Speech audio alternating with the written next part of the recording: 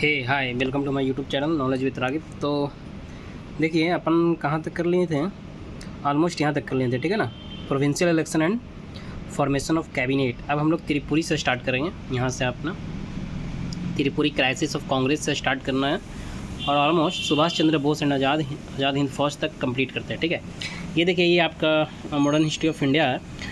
इसमें अपने को टारगेट है कि विदिन 10 आवर्स कंप्लीट कर लेना या 7 आवर्स, विदिन 7 आवर्स कंप्लीट कर लेना। ऑलमोस्ट मैंने यहाँ तक जो इससे पहले जहाँ तक पढ़ाया हूँ मैं विदिन 5 आवर्स कवर किया हुआ है, ठीक है ना। ऑलमोस्ट और 2-3 घंटा लगेगा और ये पूरा मॉडर्न आपका कंप्लीट हो जाएगा।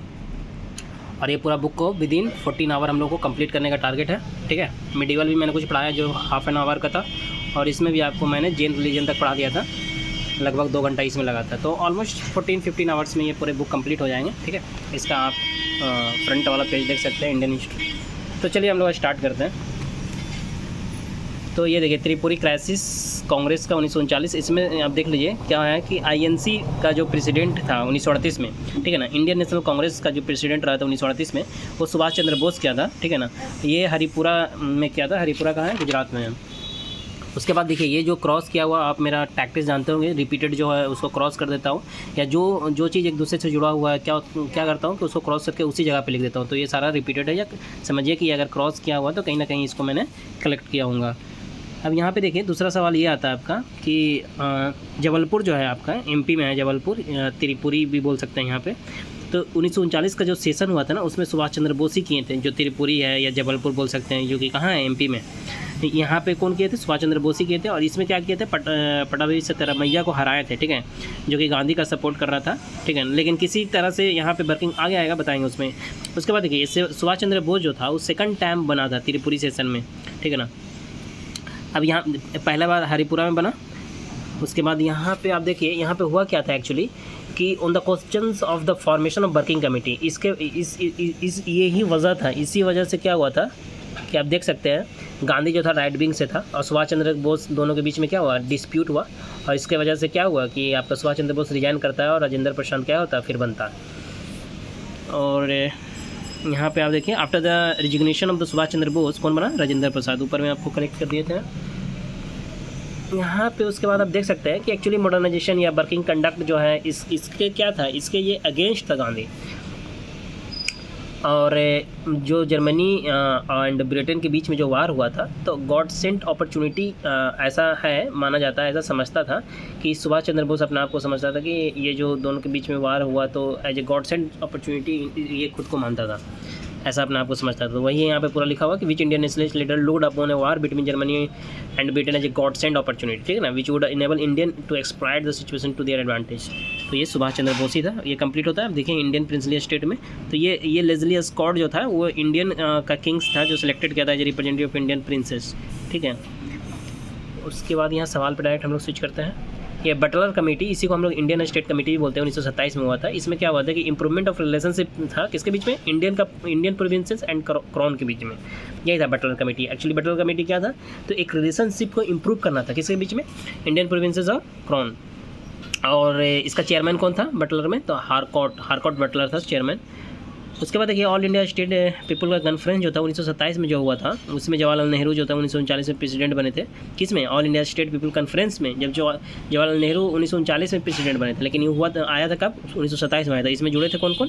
तो इसमें आपका देखिए, बलवंत राय मेहता थे, ठीक है, मणिलाल कोठारी थे, GR अभयनकर थे, ये सारे थे आपको जुड़े हुए। उसके बाद ये देख सकते हैं, ये तो आपको यहीं पर कलेक्ट कर लिया 1939 वाला। Most of the integration of princely state जो था प्रिंसली स्टेट जो था वो 1947 में एक्चुअली हुआ था। उसमें कौन थे? सरदार पटेल थे। उसी समय ज़्यादा से ज़्यादा जो इंटीग्रेशन हुआ ना प्रिंसली स्टेट का, वो 1947 में सरदार पटेल थे, वही किए थे। जो कुछ एक्सेप्ट में था, जैसे जूनागढ़ हो गया, जम्मू एंड कश्मीर हो गया, हैदराबाद हो गया। तो ये जो जम्मू एंड कश्मीर वाला जो सिचुएशन था, वो 26 अक्टूबर 1947 में ऐड हुआ, ठीक है ना। वहाँ पर उस समय हरि सिंह आपका रूलर था, किंग था। अच्छा, उसमें आप देख सकते हैं कि इंस्ट्रूमेंट ऑफ एसेशन वही डेट है, 26 अक्टूबर 1947। और जवाहरलाल नेहरू अपॉइंटेड शेख अब्दुल्ला को क्या किए थे? अपॉइंट किए थे, ठीक है। PM बना था यही शेख अब्दुल्ला, वहाँ पे जवाहरलाल नेहरू बनाए थे, वहाँ पे अपॉइंट किए थे इसको। हैदराबाद का भी कुछ सीन है। हैदराबाद में क्या था कि वहाँ पे PM जो था मीर लायक अली बना था। और एक दो चीज़ और आप देख सकते हैं, ठीक है। ये सारा तो रिपीटेड आपका उसके बाद आप यहाँ पे देखिए कि ये जो आपका यूनाइटेड एंड इंडिपेंडेंट एग्जिस्टेंस जो था वो कौन था, यूनाइटेड इंडिपेंडेंट एग्जिस्टेंस पंजाब ही था। Eight the time of partition of India which one of the following provinces of British India came forward with the plan for a United independent exist, तो ये पंजाब था, ठीक है ना। जिसमें देखिए आप देख सकते हैं कि Sardar Vallabh bhai Patel that PEPSU came into existence consisting eastern Punjab Patiala, ठीक है ना, at the hilly state and rejected the deal of the independent state. तो पेप्सू जब आया तो ये इंडिपेंडेंट स्टेट वाला डील को वो क्या और मतलब रिजेक्ट किया, और तो आपका सरदार वल्लभ भाई पटेल हो गया, ईस्टर्न पंजाब पटियाला, ये सारा क्या हुआ, एक दूसरे से एग्जिस्ट किया।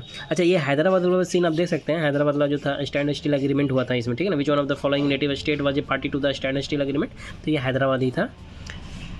अच्छा, dominion of India 29 November 1947 lord Mountbatten जो था इस समय आपका गवर्नर था। डोमिनियन ऑफ इंडिया ऑन इतना this agreement was signed by prime minister of Hyderabad state Mir Laik Ali and the governor general of dominion of India, ठीक है। ये कंप्लीट होता है आपका। देखिए सेकंड वर्ल्ड वॉर में क्या है कि कांग्रेस जो है एक्चुअली कंडेम्ड किया था, जब अटैक किया था ना नाजी ऑन पोलैंड, तो ये कांग्रेस क्या था इस बात पे कंडेम्ड किया था। और सेकंड वर्ल्ड वॉर जो हुआ था उसमें जर्मनी जो अटैकिंग कर रहा था किस पे, पोलैंड पे। अब देखिए यहाँ पे क्या होता है कि इंडियन नेशनल कांग्रेस जो था सेकंड वर्ल्ड वॉर में क्या हुआ, साथ दिया था ब्रिटेन का, ठीक है ना। तो यहाँ पे जो साथ दिया था ब्रिटेन का, तो cooperation of Britain in the case of assurance of complete independence, यही वजह था कि हाँ भाई हम कोऑपरेशन ब्रिटेन का तब करेंगे जब आप हमको कंप्लीट इंडिपेंडेंस दीजिएगा। तो ये रीज़न था आपका। तो क्या ऐसा था, तो एक्चुअली ऐसा था नहीं, नॉट कोलैबोरेट। अगर देखिएगा तो इंडियन नेशनल कांग्रेस जो था had collaborated assisted British in second world war, तो नहीं किया कर रहा था। क्यों? क्योंकि because they were existed no to complete independence. तो यहाँ पे वजह यही था कि कंप्लीट इंडिपेंडेंस चाहिए था, लेकिन वो मिल नहीं, एक्सपेक्ट था लेकिन मिल नहीं रहा था ना। तो इसलिए क्या था, दोनों स्टेटमेंट यहाँ पे फॉल्स है। यहाँ पे देखिए आपकी कांग्रेस मिनिस्ट्री रिजाइन कर दिया था, कहाँ से, ऑल प्रोविंस 1939 में। वजह क्या था, क्यों रिजाइन किया था, तो कांग्रेस नहीं माना क्या जो वार था अगेंस्ट जर्मनी, इस चीज़ को वो नहीं माना। इसके वजह से वो नहीं चाहता था, मतलब जो ये वार हुआ था ना अगेंस्ट जर्मनी, तो वो नहीं ये चाहता था। तो मतलब इसके वजह से क्या हुआ कि वो सारा का सारा रिजाइन कर दिए। इसका पीछे और भी है कि वो डायरेक्ट सेकंड वर्ल्ड वॉर में क्या कर लेते, इन लोग को इन्वॉल्व कर लेते बिना उसके रजामंदी के, जिसके बाद ये भी वजह मतलब बनता है। तो आप इनडायरेक्ट वे में उसको भी देख सकते हैं, डायरेक्ट वे में ये बोल सकते हैं। तो क्या था, तो ये वजह था। तो दोनों स्टेटमेंट क्या है, सही है, इंडिविजुअली दोनों ट्रू भी है और एक दूसरे का क्या है, करेक्ट एक्सप्लेनेशन भी है।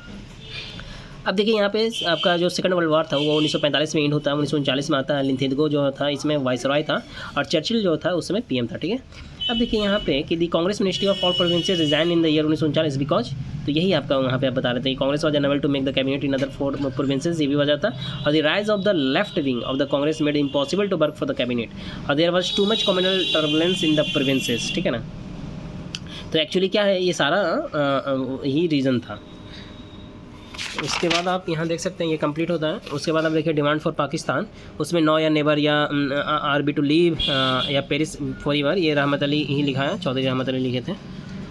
ऐसे डायरेक्ट सवाल पे स्विच करते हैं कि पाकिस्तान शब्द यूज जो हुआ था उस चौधरी रहमत अली ही किया था, ठीक है ना। First bar for separate state के लिए बात किया था, रहमत अली ही किया था। नो या नेबर बुक में क्या था ये।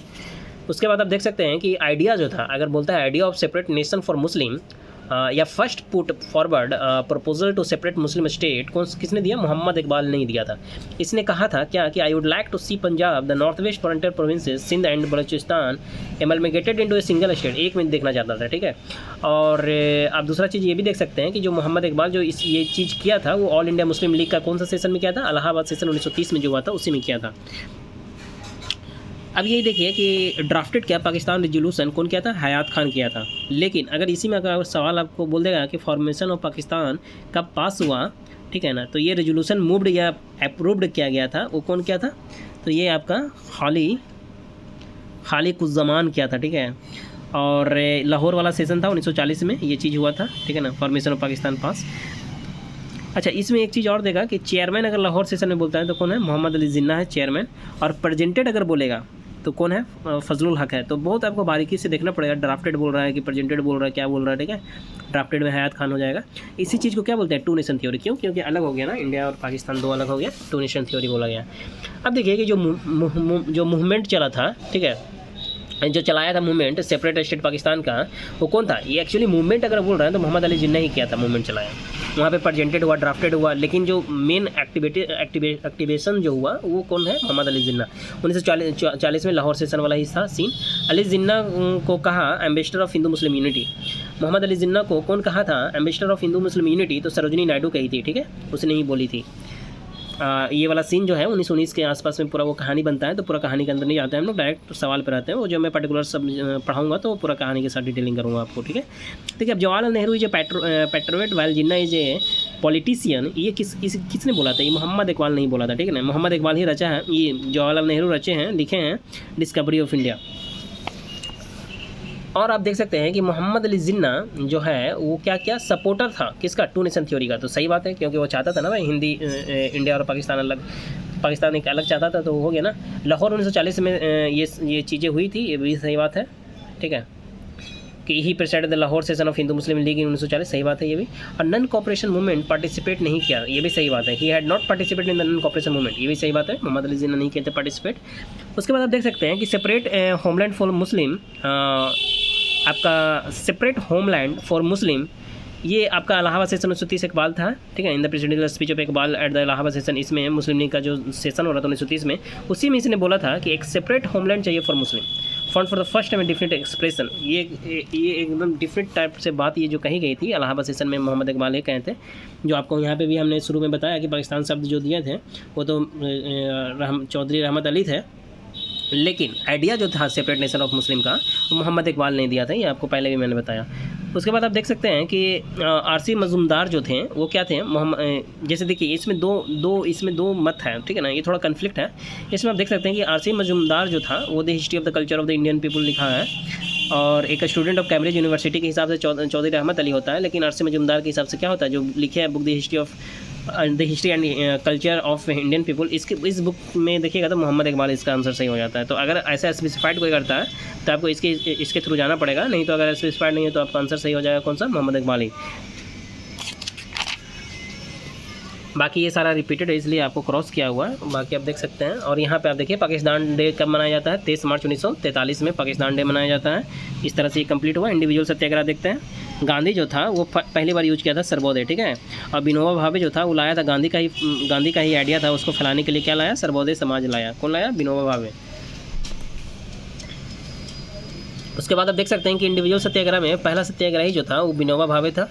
इंडिविजुअल सत्याग्रह में पहला सत्याग्रही कौन था? विनोबा। दूसरा जवाहरलाल नेहरू था, और थर्ड जो था वो कौन था? ब्रह्मदत्त था। उसके बाद ये सारा आपका रिपीटेड होता है, ये सारा आपका रिपीट। यह देखिए यहाँ पे आचार्य विनोबा भावे आपका पावनार से था, यति यतन लाल जो था रायपुर से था, और राम गोपाल तिवारी बिलासपुर से, और रत्नाकर झा जो था दुर्ग से था। क्रिप्स मिशन अब स्टार्ट होता है 1942। यहाँ देखिए क्रिप्स मिशन में क्या सीन है। तो गांधी जो था वही बोला था क्रिप्स मिशन को, क्या बोला था? Post dated cheque of a sinking bank बोला था, ठीक है। क्रिप्स मिशन 1942 में आया। इसको इंडिया जो है, इंडिया को चर्चिल भेजा PM। किसको भेजा? इंडिया।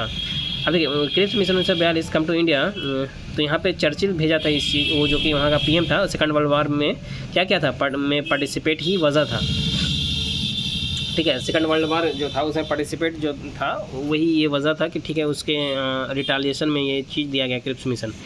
अब देखिए कि स्टैफोर्ड क्रिप्स जो था वहाँ पे प्रेसिडेंसी यही कर रहा था स्टैफोर्ड क्रिप्स से। इसने ये क्या करने को बोला था? तो बोला था कि हाँ भाई क्रिप्स मिशन में कि हम डोमिनियन स्टेटस देंगे after the second world war, तो ये सही बात है।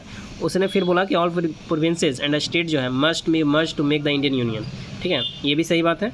उसके बाद एनी प्रोविंसेस या the state can take the decision to leave outside of the Indian union, ये भी सही बात है कि हाँ भाई कोई अगर चाहता है बाहर रहना, इससे नहीं जुड़ना चाहता है तो ऐसा भी कर सकता है, तो ये भी सही बात है। और दूसरा आपका ये जो है कि Indian constitution must be constituted by the people of India, तो ये भी सही बात है, ठीक है। ये सारा स्टेटमेंट क्या है जी आपका? सही है। देखिए कभी कभी कुछ घुमा के इस तरह से लिख सकता है कि Indian should be given the right to form their own constitution for which the council of constitution making body will be initiated after war. समझ में आया? तो वही चीज़ है, खाली स्टेटमेंट को क्या घुमाया हुआ। तो ये पहले से ही आप इस चीज़ को अवेयर रहिएगा तो क्या होगा कि थोड़ा सा आपका ब्रेन को मतलब उतना ज़्यादा सोचने को नहीं मिलेगा, और एक्टिव रहेगा तो खटाक से आप क्या कर सकते हैं, उस पर आप टिक मार सकते हैं सही में, ठीक है। थोड़ा सा टाइम कंज्यूमिंग कम होगा आपके लिए अगर वो पहले से ही आप अवेयर हैं उस चीज़ को लेकर, तो ठीक है। अब देखिए यहाँ पे how ever defence and external affair would be the sole responsibility of the viceroy, तो ये भी एक स्टेटमेंट था। उसके बाद आप देखिए थर्ड वाला कंप्लीट होता है। फोर्थ आप देखिए यहाँ पे क्या बोल रहा है, which one of the following is true about the Cripps mission. तो acceptance of the constitution framed by the constitution assembly, सही बात है। और कौन सा नहीं ट्रू है, तो ये तो ट्रू है ना भाई, वी वाला। और एनी प्रोविंसेस को रिमेन आउटसाइड द इंडियन और यूनियन, ये भी सही बात है। Dominion status at the end of the war, ये भी सही बात है। तो ये वाला थर्ड वाला ऑप्शन सही नहीं है कि द फॉर्मेशन ऑफ नया executive council with the equal representative का ऐसा कुछ बात ही नहीं किया था, ठीक है। तो ये फॉल्स हो गया। फिफ्थ भी आपका रिपीटेड हो गया। अब देखिए सिक्स में आपका क्या हो जाएगा, पोस्ट डेटेड चेक अपॉन ए क्रैशिंग बैंक बोल देगा या सिंकिंग बैंक बोला, तो ये गांधी बोला, ठीक है, क्रिप्स मिशन को बोला था। अब यहाँ पे देखिए सेवन्थ, अभी क्यों बोला, क्या इससे रिलेटेड है, तो ये थोड़ा अंडरस्टैंडिंग के लिए हमको ये तो आपको ऐसे भी समझ में आ रहा होगा, लेकिन जब इसको डिटेलिंग, जब मैं पर्टिकुलर वीडियो लाऊंगा ना, तो इसका रीजन भी थोड़ा बता दूंगा। वैसे तो आपको ऐसे भी ये मतलब फ्लैश हो रहा है, समझ सकते हैं आप। फिर भी वहाँ पे मैं होल स्टूडेंट को लेकर वहाँ पे डिटेलिंग करूँगा, क्योंकि ये सुपर फास्ट क्वेश्चन रिवीजन है, तो इसमें मैं ज़्यादा इलाबोरेट नहीं करने वाला हूँ। चलिए ये देखिए 7 मिनट आपको कंप्लीट होता है। उसके बाद आप यहाँ पे आ जाइए डायरेक्ट कि क्रिप्स मिशन जो है वो क्या है, जवाहरलाल नेहरू एंड मौलाना आज़ाद, ठीक है ना। Jawaharlal Nehru and Maulana Azad official Congress negotiator थे क्रिप्स मिशन में। कौन थे ऑफिशियल कांग्रेस निगोशिएटर? जवाहरलाल नेहरू और मौलाना आज़ाद थे। उसके बाद आप देख सकते हैं कि जो मूवमेंट हुआ था गांधी का पॉलिटिकल ब्लैकमेल कहाँ, कौन सा, तो लॉर्ड लिंथिगो जो था उसने बोला था, क्या बोला था, तो जो मूवमेंट ऑफ गांधी था ना उसको पॉलिटिकल ब्लैकमेल कहा था, ठीक है, पॉलिटिकल ब्लैकमेल लिंथिगो बोला था। और लिंथिगो जो था लॉन्गेस्ट टेन्यूर के लिए रहा है, वाइसरॉय अगर का लॉन्गेस्ट टेन्यूर देखिएगा तो इसी का था, जो 1936 से 1944 तक रहा था। और क्विट इंडिया मूवमेंट इसी वक्त था, ठीक है, लिंथिगो के वक्त। अब क्विट इंडिया मूवमेंट आते हैं हम लोग। क्विट इंडिया मूवमेंट में आप देख सकते हैं बायोग्राफर ऑफ गांधी कौन था, लुइस फीचर था। उसके बाद अब डायरेक्ट सवाल पे हम लोग स्विच करते हैं कि 6 जुलाई 1942 एट द वर्किंग कमेटी में फर्स्ट बार क्विट इंडिया पॉलिसी पे डिस्कस हुआ, ठीक है ना। तो इसका जो प्रेसिडेंट था वो कौन था, तो मौलाना अबुल कलाम आज़ाद था, जो कि रामगढ़ सेशन 1940 में था। इसमें मिला था क्या पास, इसमें क्या मिला, क्या पास हुआ, तो क्विट इंडिया रेजोल्यूशन, मतलब वर्किंग कमेटी में क्विट इंडिया रेजोल्यूशन पास होता है। और जो कि कहाँ से, वारधा में, ग्वालियर टैंक जोधा मैदान मुंबई में, वहाँ से आपको देखने को मिलता है, ठीक है। उसके बाद तो वही था यहाँ पे कि 6 जुलाई 1942 एट द वर्किंग कमेटी में पहली बार क्विट इंडिया पॉलिसी जो था उस पर डिस्कस हुआ था, ठीक है। तो उसका प्रेसिडेंट कौन थे, तो मौलाना अबुल कलाम आज़ाद थे। रामगढ़ सेशन 1940 मिला, कब ये जो वर्किंग कमेटी वाला जाता है वो मिला, मिला वो जो पास हुआ क्विट इंडिया रेजोल्यूशन, तो वारदा ग्वालियर टैंक आपका मैदान मुंबई में हुआ था, ठीक है। उसके बाद आप देख सकते हैं कि यही यहाँ पे बोला है, where did the Congress working committee meet to pass the quit India resolution, तो वारदा ही वो जगह था।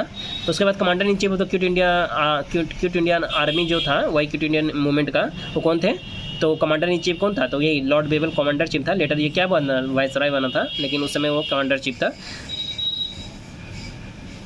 क्विट इंडिया मूवमेंट जो था वो कब शुरू हुआ था, तो 9 अगस्त 1942 को शुरू हुआ था। सबसे पहले मुंबई में लॉन्च हुआ था और ये क्रिप्स मिशन को रिस्पांस में आया था। क्रिप्स मिशन के ही रिस्पांस में आपका क्या आया, क्विट इंडिया मूवमेंट आया। और गांधी और सरोजिनी नायडू जो थी, देखिए ऑपरेशन जीरो आवर के थ्रू क्या किया गया था, क्विट इंडिया मूवमेंट जो चल रहा था सब लोगों को क्या कर लिया गया था, अरेस्ट कर लिया गया था। उसी में गांधी और सरोजिनी नायडू को अरेस्ट करके कहाँ रखा गया था, तो आगा खान पैलेस में रखा गया था, जो कहाँ है, पुणे, यहाँ भी पूना बोलते हैं, जो कहाँ है जी, मुंबई में है, ठीक है। तो ये डायरेक्ट पूछा हुआ है, सब आपको मतलब डायरेक्ट माइंड में होना चाहिए। और होल कंट्री पार्टिसिपेटेड किया था इसमें। और उसके बाद आप देख सकते हैं कि जो ऑपरेशन जीरो आवर था उसमें क्या था, वही था कि अरेस्ट करते थे कांग्रेस लीडर को। सो बलदेव सिंह इसमें क्या हुआ था, इस वजह से बलदेव सहाय जो था क्या किया था, रिजाइन किया था। किस चीज़ से, advocate general post of Bihar, इसका ये पोस्ट था, advocate general post of Bihar में पोस्टेड था ये। तो ये बलदेव सहाय क्या किया था, रिजाइन कर दिया था, ठीक है। ऑलराइट, अब चलिए ये सारा आपका रिपीटेड है, ये आपका कंप्लीट होता है। उसके बाद यहाँ देखिए महात्मा गांधी जो था क्विट इंडिया मूवमेंट में क्या बोला था कि princely state to accept sovereignty of their people, ये बोला था, ठीक है। उसके बाद आप देखिए कि सोल्जर जो है should be refuse to fire on their country man, ये सारा स्टेटमेंट है, ठीक है। We shall either free India या डाई इन द अटैम्प्ट, ठीक है। ये किस वक्त था, क्विट इंडिया मूवमेंट जो था उसी वक्त गांधी बोला था, डू या डाई वाला दिया था सिचुएशन नारा मतलब। उसके बाद अब ये सारा कंप्लीट होता है आपका। उसके बाद ये सारा कंप्लीट। अब देखिए not a true about quit India movement, तो नॉन वायलेंट मूवमेंट, ये नॉन वायलेंट मूवमेंट था, तो नहीं, ये बात सही नहीं है। ये क्या था, तो क्विट इंडिया मूवमेंट 1942 जो हुआ था was not so non violent, इतना ज़्यादा नॉन वायलेंट नहीं था वो, मतलब नॉन वायलेंट नहीं बोल सकते, ठीक है।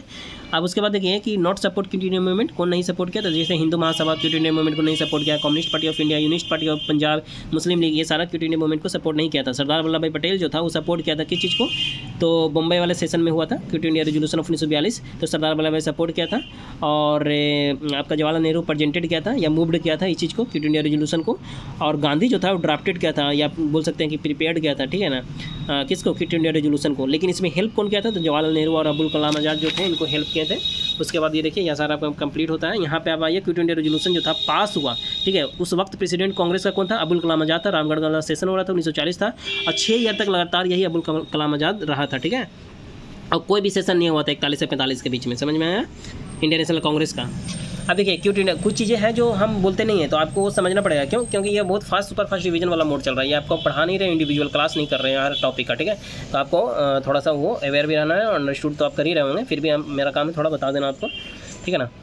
तो शार्पनेस के साथ चीज़ों को सुनिए और देखिए और समझिए और क्या कीजिए, प्रोसीड कीजिए, ताकि वो फुल्ली 100% क्या कर सके, आप अपने ब्रेन में सेट कर सकें।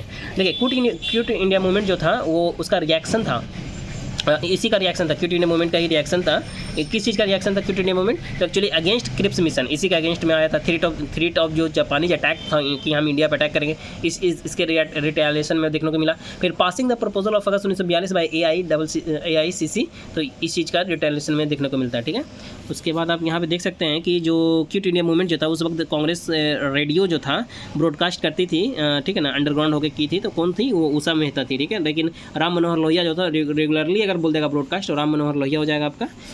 तो ये सारा बेसिक पॉइंट है जो कि आपको माइन्यूट चीज़ों पे क्या करना है, ध्यान देना है। बायोग्राफी जो था गांधी का कौन लिखा था, तो यही लिखा था, बायोग्राफर था गांधी का कौन, लुइस फीचर था, ठीक है, अमेरिकन जर्नलिस्ट था ये।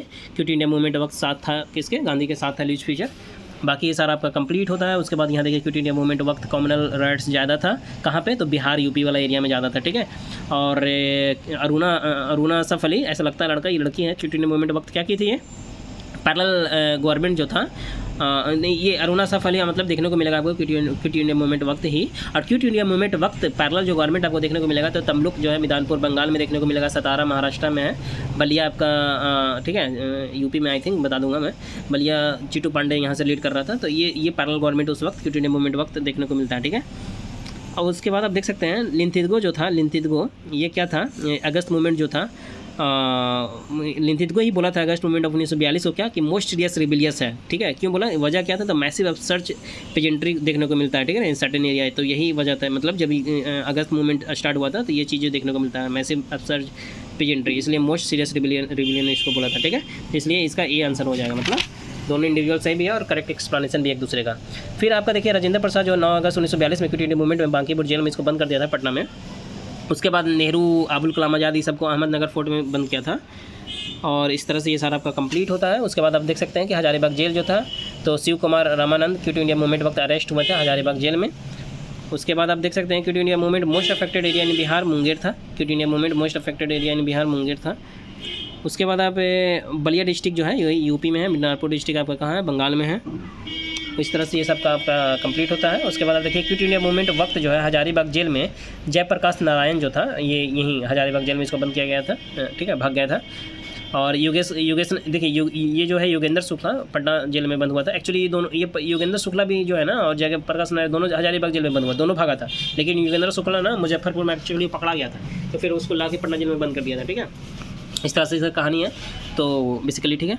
अब देखिए जगत नारायण लाल जो है इसी की वाइफ है, उसके नाम क्या है, राम प्यारी देवी नाम है।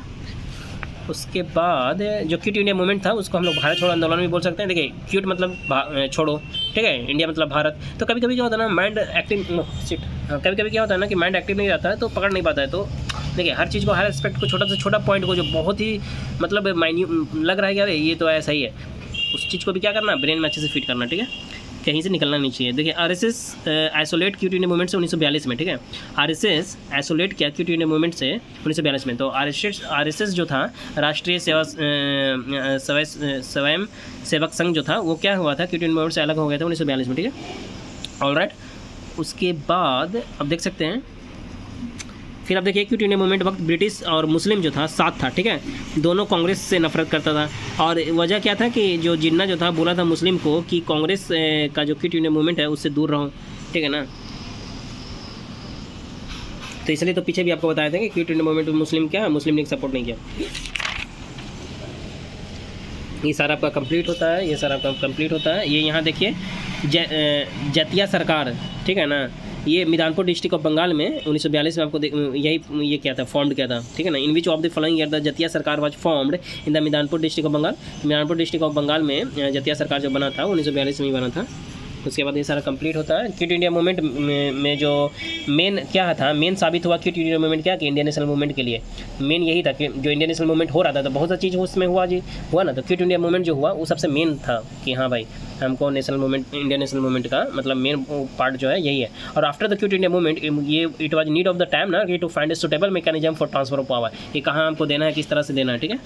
अब देखिए यहाँ पे क्या हुआ कि क्विट इंडिया मूवमेंट वक्त सी राजा गोपालाचारी का पैम्पलेट एक था द वे आउट, उसी में क्या किया गया था, उसी में जो है कॉन्स्टिट्यूशनल डेडलॉक का सॉल्यूशन था, ठीक है।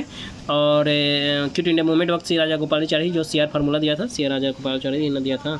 और डेडलॉक वही था, पॉलिटिकल डेडलॉक मतलब between INC and all India Muslim league on independence पे कि कैसे है नहीं है of India from the British, कि किस तरह से क्या करना है। डायरेक्ट वोट का बात हुआ था, जिन्ना भी रिजेक्टेड किया था, ठीक है। जो प्रपोजल दिया था ना, ये जो CR फार्मूला दिया था सी राजा गोपालाचारी, तो जिन्ना भी रिजेक्टेड इसको किया था और कांग्रेस भी इसको क्या किया था, इवन कांग्रेस भी अपोज किया था। अब इस तरह से ये पूरा कंप्लीट होता है। अब सुभाष चंद्र बोस वाला अपने को बचिए वो देख लेते हैं। अब यहाँ देखिए सुभाष चंद्र बोस का जन्म कटक में हुआ था। कटक कहाँ जी, उड़ीसा में है। और फॉरवर्ड ब्लॉक जो है बनाया था सुभाष चंद्र बोस 1939 में। आज़ाद हिंद फौज बनाया था 1943 में। इसी को नेताजी बोलते हैं, सुभाष चंद्र बोस को ही नेताजी बोला जाता है। उसके बाद ये सारा कंप्लीट। वहाँ देखिए कि जो ऑल इंडिया फॉरवर्ड ब्लॉक जो था, तो यहाँ पे सील भद्रा याजी बिहार से था, ये ज्वाइन की एंड एक्टिवली पार्टिसिपेट की INA में, ठीक है। और INA 1942 में आपका मोहन सिंह देखने को मिलता है। Result of whose brain INA 1942 and who funded it, तो मोहन सिंह है इसका आंसर, ठीक है। एंड INA ट्रायल आपको 1945 में होता है, मोहन सिंह था इसमें। एक्चुअली देखिए मोहन सिंह और भी ऑप्शन के हिसाब से जा सकते हैं, अभी आपको अंदर बताते हैं हम। इंडियन नेशनल आर्मी है यही INA, इसमें प्रीतम सिंह ढिल्लन और ये जो फुजिमुरा, ये मेन दोनों था, ठीक है ना। एक्टिवली इन्वॉल्व हुआ था इंडियन इंडिपेंडेंस जो मूवमेंट था इसमें, और गदर पार्टी जो है एंड गदर पार्टी में, ठीक है ना। वाइल देयर ज्ञानी Pritam Singh became actively involve. कौन, ये ज्ञानी प्रीतम सिंह, जो ऊपर वाले प्रीतम सिंह बता रहे हैं आपको। अब यहाँ पे देखिए एक सीन क्या क्रिएट होगा कि दस captain Mohan Singh was not the founder of INA but was only the first operational commander of the INA। समझ में आया। और यहाँ देखिए brain behind the INA were Fujiwara and Giani Pritam Singh. तो ऑप्शन के हिसाब से जा सकता है, अगर ये दोनों नहीं दिया हुआ तो फिर मोहन सिंह हो जाएगा, ठीक, इसलिए वहाँ पे हुआ। यहाँ पे देखिए INA was brain child of, तो प्रीतम सिंह और ये फिजिवारा, ठीक है ना। यहाँ पे मोहन सिंह भी है लेकिन मोहन सिंह नहीं होगा, ठीक है, ये दोनों होगा, ये दोनों मेन था। उसके बाद यहाँ पे देखिए कि कौन था जो सजेस्ट किया था आइडिया इंडियन नेशनल आर्मी का, तो मोहन सिंह ही सजेस्ट किया था। और ज़्यादा सही प्रीतम सिंह या फुजिवारा है, समझ में आया, पहले भी बताएं अभी भी बता रहे हैं। उसके बाद इस तरह से ये कंप्लीट होता है। पहला इंडियन नेशनल आर्मी जो था लेड बाय मोहन सिंह था, और एड ऑफ जापानीज था यहाँ पे, फॉल ऑफ सिंगापुर, यही सारा रीजन था इसका। और आपका इंडियन इंडिपेंडेंस लीग 1942 में आपको देखने को मिलता है। उसके बाद यहाँ पे देखिए कि 21 अक्टूबर 1943 में आज़ाद हिंद फौज में पहला कमांडर मोहन सिंह था, यही पहला कमांडर कौन था, मोहन सिंह। तो 21 अक्टूबर 1943 को होता है ये चीज़, और आज़ाद हिंद फौज में पहला कमांडर मोहन सिंह था। और ये जो चीज़ें हैं आज़ाद हिंद फौज में, उसमें रंगून इसका हेड ऑफिस था। और ये तो ऐसा ही है, provisional government of free India Malaya Singapore, तो बता देंगे आगे आएगा, ठीक है। बाकी आप यहाँ पे देखिए नॉट एसोसिएटेड विद आज़ाद हिंद फौज से कौन एसोसिएटेड नहीं था, तो देखिए ये सब एक्चुअली एसोसिएटेड था, ठीक है ना। शाहनवाज खान, प्रेम कुमार सहगल, शौकत अली मलिक, करतर सिंह, ये सब एसोसिएटेड था। उसके बाद ये सारा कंप्लीट होता है। उसके बाद ये देखिए यहाँ पे सुभाष चंद्र बोस जो था actually supreme commander of INA था, ठीक है ना।